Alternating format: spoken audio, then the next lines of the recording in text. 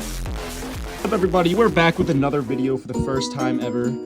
Today we're going to be helping out Sparsh Shrivistava on his Calc 3 problem. Today he's struggling with finding the bounce for this equation, and when you're doing an equation like this, you first want to draw out the area of integration. They give you 1, 0, 2, 0, 0, negative 2, and 0, negative 1, and that looks like this shape. And this shape is extremely hard to integrate, so you got to do that transformation thing with like u and v.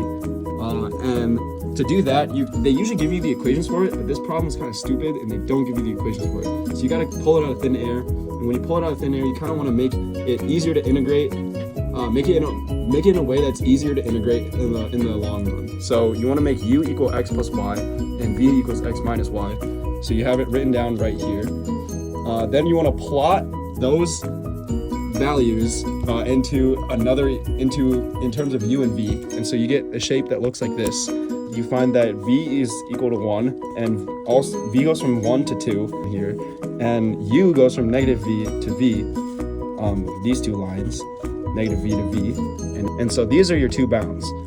So then you move to integration, and when you go back to integrate, you make sure you want to plug in u for x plus y and v for x minus y, because you have that written down here, and that's kind of your transformation. And don't forget about the Jacobian. The Jacobian is 1/2. I'm too lazy to explain that, and you get 1.763 as your answer.